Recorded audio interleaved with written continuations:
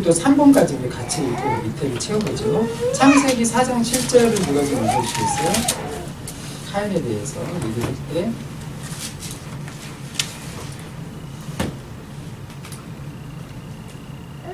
내가 선을 행하면 어찌 낯을 들지 못하겠느냐. 선을 행하지 아니하면 내가 너의 어깨를 응하리라. 죄가 너를 원하나 너는 죄를 다스릴지니라. 예, 그죠? 그러니까 성경의 이 첫째는요, 우리에게 주어진 역할과 능력에 대해서 모든 포커스가 가 있어요. 그 부분들. 그래서 이게 하나님의 주권과 사람의 자유의지와 충돌되는 게 아니고요. 이 부분들을 우리가 어떻게 바라볼 것인가. 마지막 한 입장적으로 다시 해볼게요. 이 마인드 이슈를 지금 머리에 두시고 우리 계속 가보겠습니다. 자, 그래서 선악과는 꼭 읽어주겠어요? 선악과는 하나님과 그들과의 역할을 분명하게 구분해주는 유일한 빛임을 잘 알고 있을지, 하지만 뭐예요? 말하고 싶은 교만한 호기심 때문에 마음이 다친 거죠. 호기심 자체가 나쁜 거 아니에요. 그죠? 유혹을 받는 것 자체가 나쁜 건가요? 아니면 스쳐가는 생각 어떻게 할 수가 없어요. 눈에 보이는 거. 막 이상한 거 막 무슨 옛날에 누가 그런 얘기 한 적 있어요. 생각 공부할 때 청년 때. 요즘에는 걔는 좀 신실한 애죠. 청년 됐는데도 눈을 어디다 두고 다닐지 모르겠다 그러더라고요. 영화 포스터도 그 여자들은 막 이렇게 노출 수위도 높고 그러니까 걔가 그 얘기 하더라고요. 요즘엔 눈을 어디다 두고 다닐지 모르겠다 그런 얘기를 같이 그때 그 얘기해서 되게 웃었는데, 이 스쳐 지나가는 상황까지는 어떻게 할 수가 없어요. 그러니까 누가 어느 목사님이 지금 릭 오렌 목사님 말씀하셨나? 여기에다가 둥지를 틀고 날아간 새는 그냥 저기 하라 그러고, 근데 이제 여기 앉아서 둥지 까고 말 까고 이런 게 죄라는 말이 의미심장해요.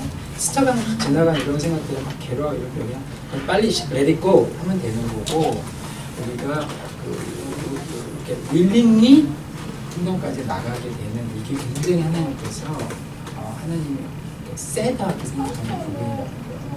우리는 그 얘기만 하면 되거든요, 사실.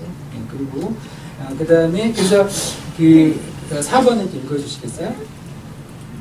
인간은 자발적으로 하나님과 교류할 수 있는 특권을 받도록 창조되었습니다.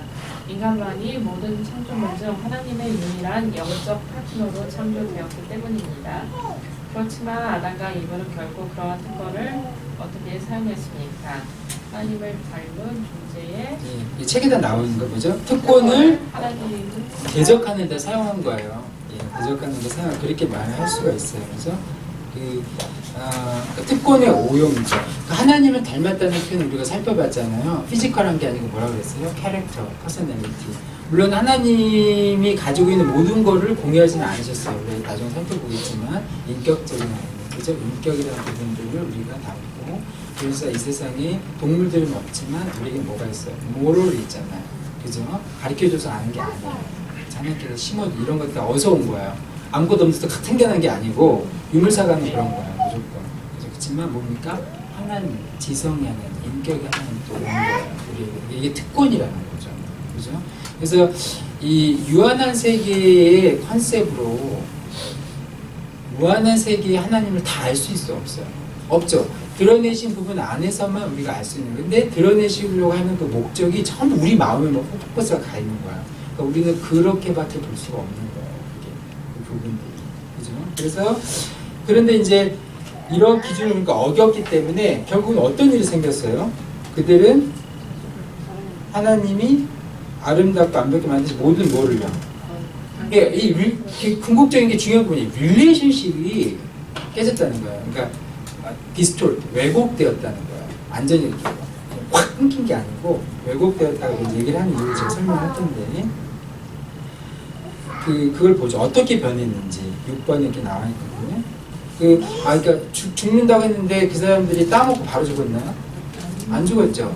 점차적으로 살다가 하나님께서 또 허락하시면 그대로 언제 살 때까지 수명을 천수를 누리고 정해진 순대로 살았지만 몸은 탁 꺾였어요. 영적인 관계에서 굉장한 데미지를 입은 거예요. 그죠? 6번. 처음에 정하신 대로 인간은 그 대가로 죽음에 처하게 되었고 보기 좋았다고 할 때 모든 고기가 변했습니다. 예, 뭐가 우르르 무너졌냐면요. 이제 제일 첫 번째로 하나님과의 관계가 범상장 뭐예요? 지금 3장 8절 10절 우리 좀 찾아보죠. 3장 8절에는 뭐라고 나왔나요? 여호와의 낯을 피했어요. 피한 관계 아니죠.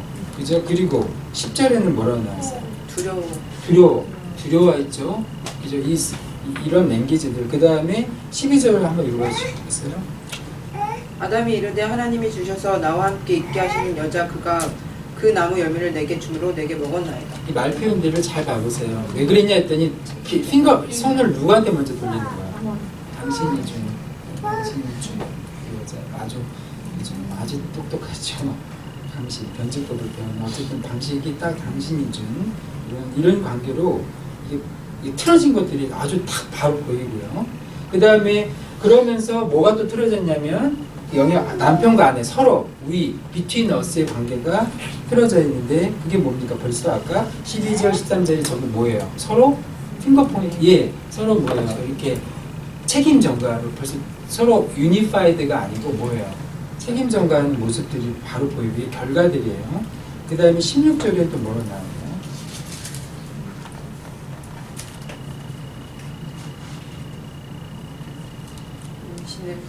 네, 그리고 또 남편은 남편을 원하고 남편은 너를 다스릴 것이다. 예, 그게 이제 그 버전으로 이렇게 돼 있는데 또 다른 버전은 어떻게 돼 있나요? 그거로 사모한다는 말 표현 버전 가지고 있는 표현이나요? 이게 말이 참 애매해요. 그래서 뭐 많은 사람들이 이 얘기할 때 그런 얘기는 해요.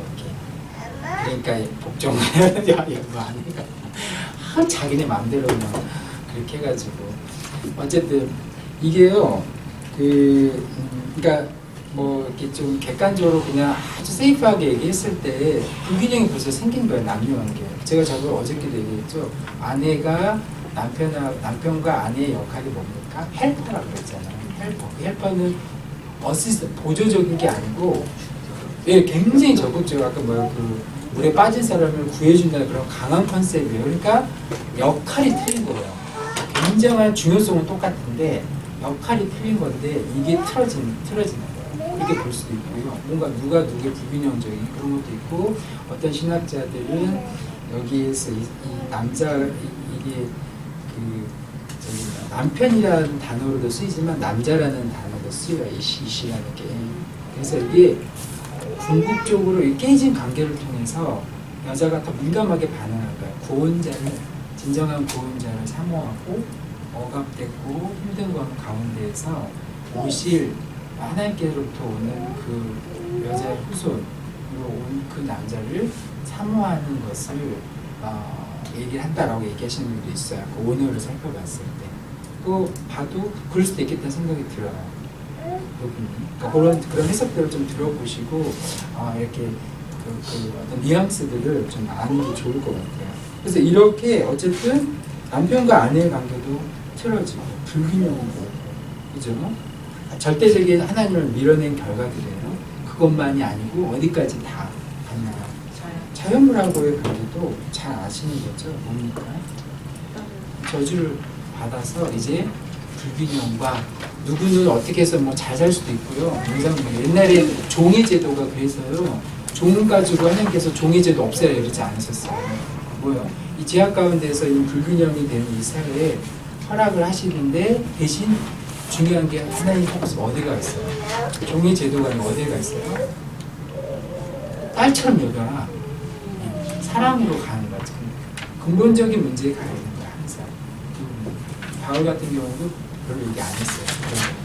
포커스 어디가 있냐면 딸처럼 여겨라. 그리고 7년 뒤에 풀어줘라. 우리가 교회하면 흑인 지금 옛날 우리 그런 쪽으로 생각해서 팔만한테 생각하는데 여기에 그 히브리 그러니까 성경학적인 종의 캔슬은 그게 아니에요. 예수님도 종의 모습으로 오셨다고 표현하잖아요. 서로 약한 사람이 있으면 강한 사람이 뭘 하라는 거예요? 도와주면 되는 거예요. 그죠? 종의 문제가 있고 없고 이게 중요한 게 아니라 이 불균형이 생기면서 불평등은 생길 수밖에 없어요. 누구는 어느 날 갑자기 홍수가 나서 이쪽 밭을 다 무너져가지고 1년 농사를 다 망쳤어요. 뭐 어떻게 할 거야? 어쩔 수 없이 빌붙어야 되잖아요. 그죠? 빼야 하기 때문에 그때는 빌붙어야 돼요. 그래서 자기 몸도 팔고 이렇게 그래가지고 몸 판다는 게 그러니까 그러니까 노예로. 그래서 그렇게 해서 거기에 또 붙어가지고 생명을 연장하는 거예요. 근데 그 사람은 뭐예요? 그거를 그러니까 도와주라는 거죠. 하지만 도와주지만 정정당당히 그 사람도 그 대가를 해야 되고. 그래서 그렇지만 그게 뭐예요? 헐머넌트가 아니라는 거예요. 희년제도가 그거잖아요.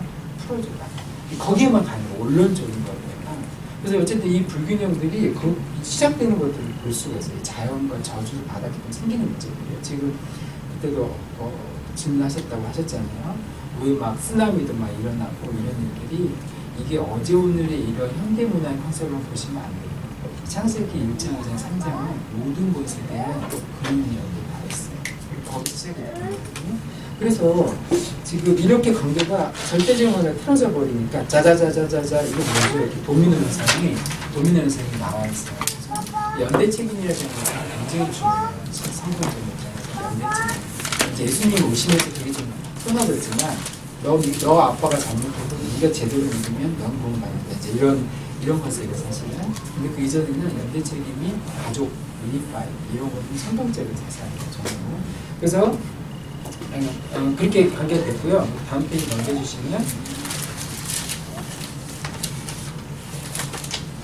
이게 지금 우리가 로마서에서는 어떻게 이걸 얘기하는지 한번 살펴볼까요?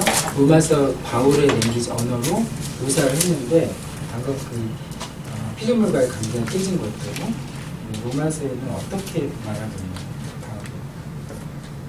피조물이 다 이제까지 함께 탄식하며 함께 고통을 겪고 있는 것을 우리가 아닙니다. 예, 모두 깨진 관계를 통해서 하나님께서 다시 회복시키려 하는 것에 열망을 이렇게 표현하고 있어요. 뭐 이게 의인화처럼 표현한 거지만 인간이 하나님 관계에 불순종함으로써 연대적으로 두두두두 무너졌던 관계에 대한 다시 회복에 대한 것을 이 바울도 정확하게 지금 짚고 있는 거죠.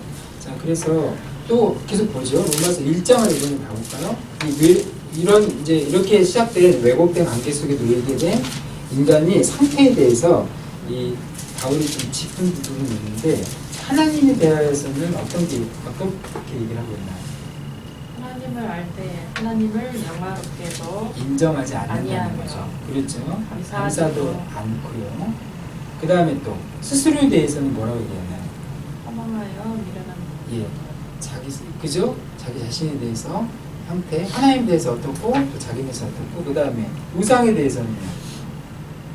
썩어지지 않으라 하나님의 영광을 썩어질 사람과 새와 짐승과 그렇죠. 기어다니는 예, 동물 예. 모양으로 자기가 주인이라고 독립을 딱 선언하고 나오는 순간 자기가 주인이면 주인이라 되는데 그게 아니고 뭐예요? 결국은 중간은 없다고 그랬죠. 하나님 길이냐 사탄의 길이냐라고 그랬어요. 그러니까 하나님을 밀어냈을 때 그 공백은 누가 차지하는 거야? 우상이죠. 그죠? 그 부분들이 이런 혼란한 상태를 하나님의 떠난 상태에서 얘기를 하고 있는 거예요. 이게 지금 우리까지 그죠? 회복시킬 그때까지 계속 된다는 얘기를 하는 거고요. 그리고 그래서 이제 9번 한번 읽어주시겠어요?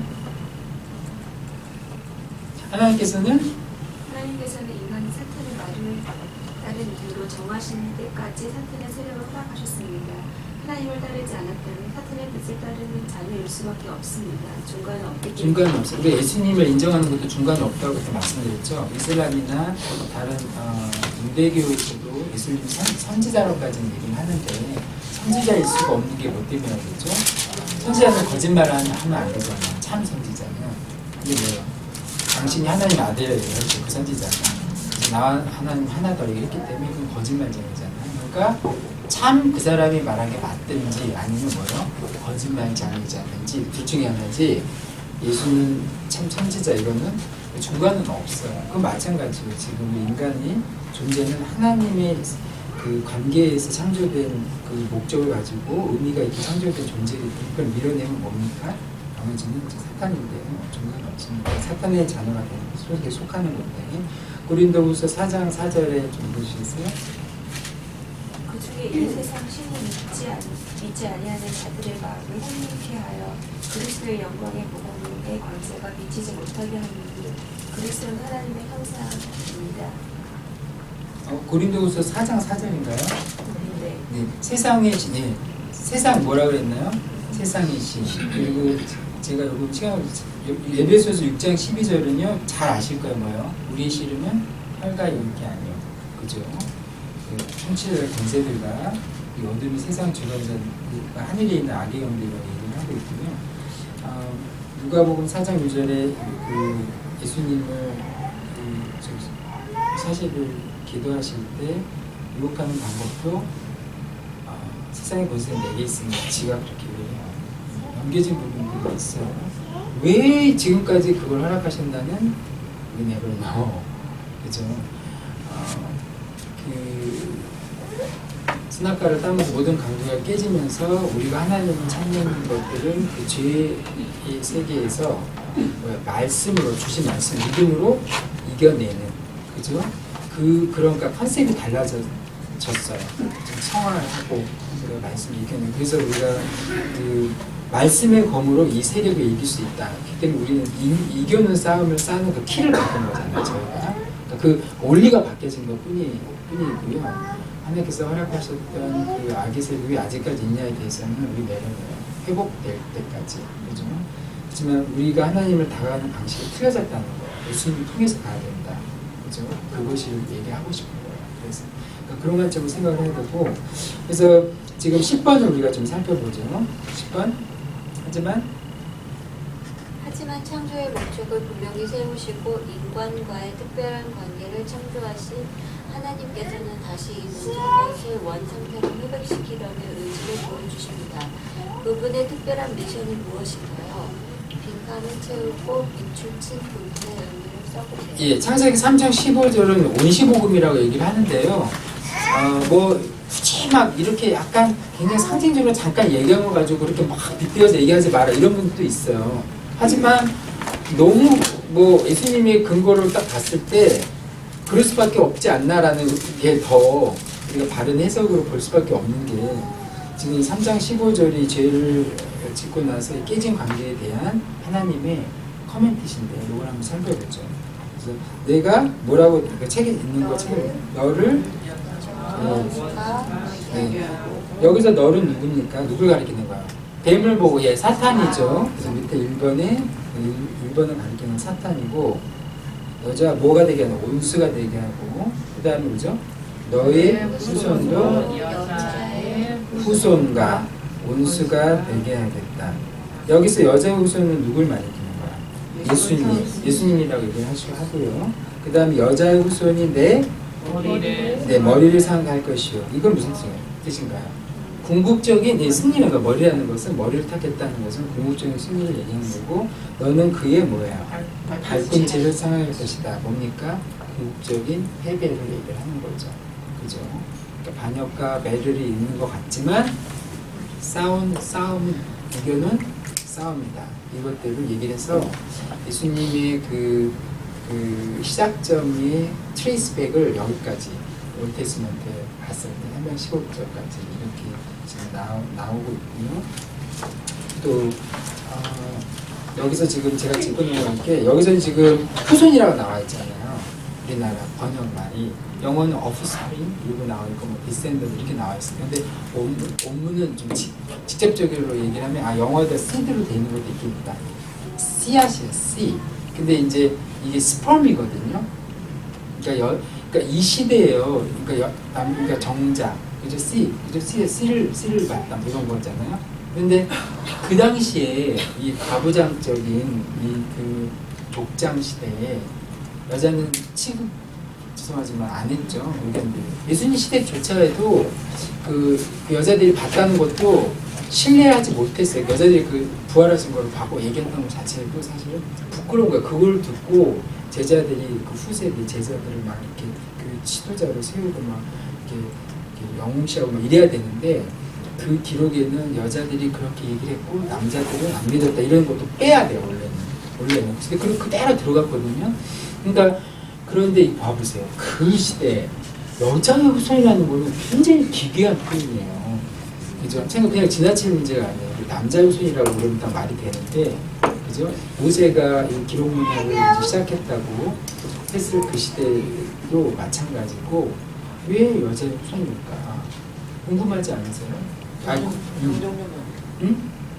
아니 그러니까 그러니까 그리스도를 얘기를 하는 걸 우리가 지금 시대에 봤을 때는 그러지 않나. 우리는 이제 해석할 키가 있는 거예요. 이미 보내주셨기 때문에. 그죠? 그러니까 근데 제가 말씀드린 거는 이게 하나님께서 계획에 따라 주신 말씀을 받아 적은 게 아니고서는 아무리 생각을 해도 이게 안 돌려지는 거예요. 기괴한 표현들이.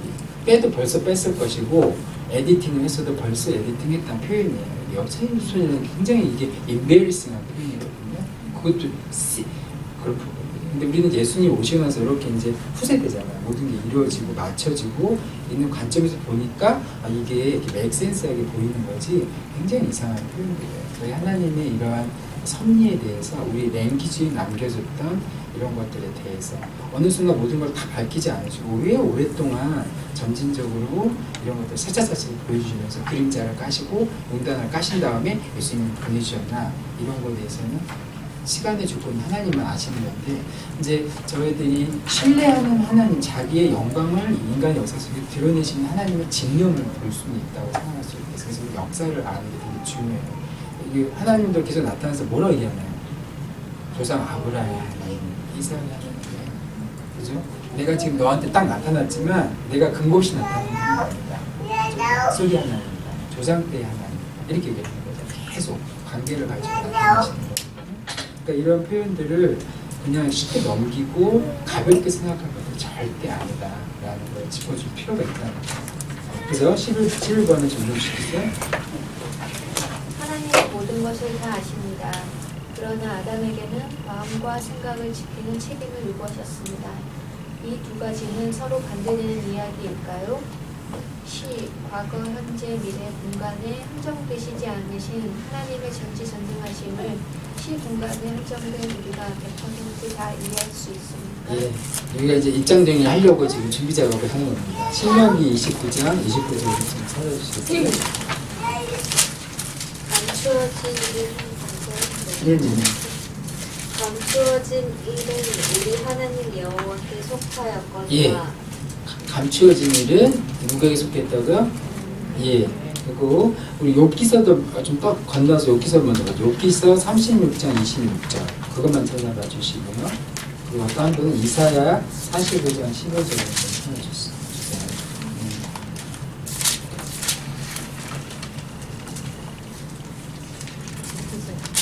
네, 읽어주세요. 하나님은 높으시니 우리가 그를 알 수 없고 그의 행수를 헤아릴 수 없느니라. 네, 지금 고백들 몇 가지를 찾아보는데 제가 할 말을 제가 말을 만들어서 하지 않고 성경에서 하나님에 대한 이야기 한번 제가 찾아서 읽어보는 거예요. 그리고 지금 여기도 지금 안 적었는데 로마서 11장 33절 그래서 36절인데 로마서 11장 33절 좀 읽어주시겠어요?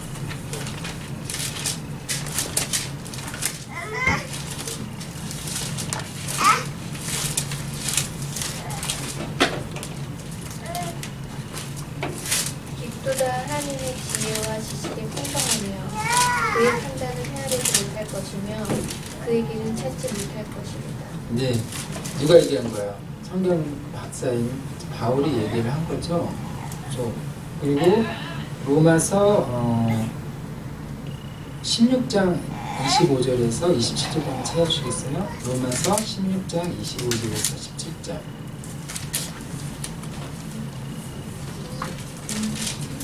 네, 25절에서 27절. 나의 구원자 예수 그리스도를 전파함은 영세 전부터 감추어졌다가 이제는 나타내신 바 되었으며 영원하신 하나님의 명을 따라 선지자들의 글로 말미암아 모든 족속이 믿어 순종하게 하시려고 알게 하신가. 예. 그 신비의 계시를 따라 된 것이니. 신비, 자기도 그런 말을 썼어요. 그죠?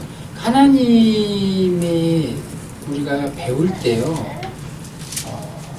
그분이 자기를 드러내는 방식으로 우리가 배우는 거지, 그죠? 그러니까 그분이 드러내지 않는 부분은 우리는 몰라요. 그러니까 드러낸 부분을 정확하게 알고 드러내지 않는 부분을 어떻게 볼 것인가가 이게 무섭습니다. 세워지는 거예요. 교육적으로. 이게 그러니까 뭐 막 난제해가지고 막 들고 막 파는 사람들인데 그것도 되게 중요해요. 생각을 넓혀주는 거니까. 그렇지만 궁극적으로 그런 방식으로는 하나님의 계시에 대해서 깊이 다가갈 수는 없어요. 예. 그냥 그거 하려는 그 기본 깔려있는 마인드 자체가 나의 언어와 현대의 컨셉으로 이해를 하려고 하기 때문에 그런 거거든요. 궁극적인 것은 당신이 우리에게 하고 싶은 주제가 있고 그 핵심이 있는데 그걸 얼만큼 제대로 알고 있느냐 이게 문제예요. 그리고 거기를 가지고 판단을 하라 해요. 그래서 맥스에서 하면 내가 따르겠다고 하면 나머지 것들은 그 관점을 보는 거예요. 거기까지지 백날 죽고 얘기해봤자 마음이 안 동하면 안 믿는 거잖아요. 그래서 우리는 교육자로서 그 우선순위만 정해주면 모든 게 풀려요. 사실은.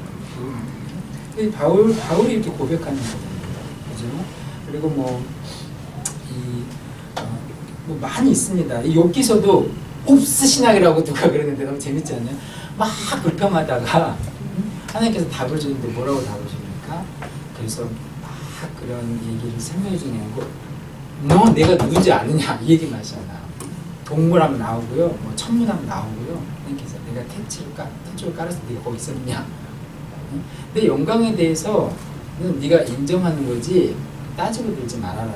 그러니까 막 윤기가 막 이럴 때 하나님께서 나타나서 막 얘기하니까 읍스 이렇게 이랬다가 읍스 이렇게 너무 재밌대요. 교수님 어떤 얘기하셨는데 읍스 신학이라고 그거예요. 우리가 직권에 있어서는 백날 파봤자 나오는 게 없어요. 미치는 장소가 시간 내에서 하는 게 하는 직권에 있어서 우리에게 하는 말씀들을 가지고 그분이 누구신가를 우리가 알아야죠.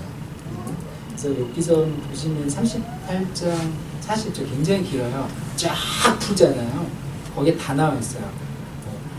진짜 동물학, 주얼라지, 우주학, 뭐 식물 아무튼 그죠? 아주 진짜 뭐 별별 생태학으로 쫙 풀어서 내시는 거예요. 그 안에 높이가 뭐라고 있겠어요? 이렇게 할 수밖에 없는 거죠. 그래서 그런 부분들을 우리가 이렇게 딱 봐야 돼요. 이게 성경의 입장이에요. 저는 목사님이나 어떤 교리나 학파의 입장이 아니고 그래서 말하고 싶은 거예요. 12번 읽을 수 있어요?